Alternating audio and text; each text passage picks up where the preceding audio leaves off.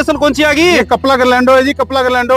कपिला। हाँ। कपिला गिरलैंडो में आ गई जी। हाँ जी, हाँ जी। कौन से ब्यांत में ब्याई हुई? दूसरे ब्याह पे आई है भाई साहब। दूसरे ब्यांत में ब्याई हुई। बच्चा क्या है साथ में? बछड़ा है जी, बछड़ा। पीछे बछड़ा लेके आई और भाई साहब दूध क्षमता क्या रहेगी इसकी? दूध क्षमता इसकी रहेगी जी 25 से 28 किलो के बीच में। 25 लीटर दूध वाली गौ माता मिल रही है आपको।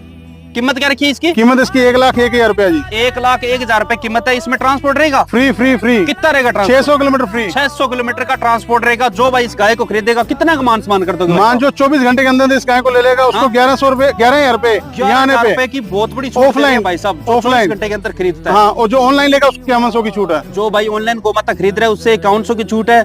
जो विजिट करता है भाई साहब के पास उसे 11,000 रुपए की की छूट है। नंबर भाई साहब के स्क्रीन पर चल रही है। गाय खड़ी है कालड़ा डेयरी फार्म। नंबर भाई साहब के स्क्रीन पर चल रही है। बांध दो भाई साहब।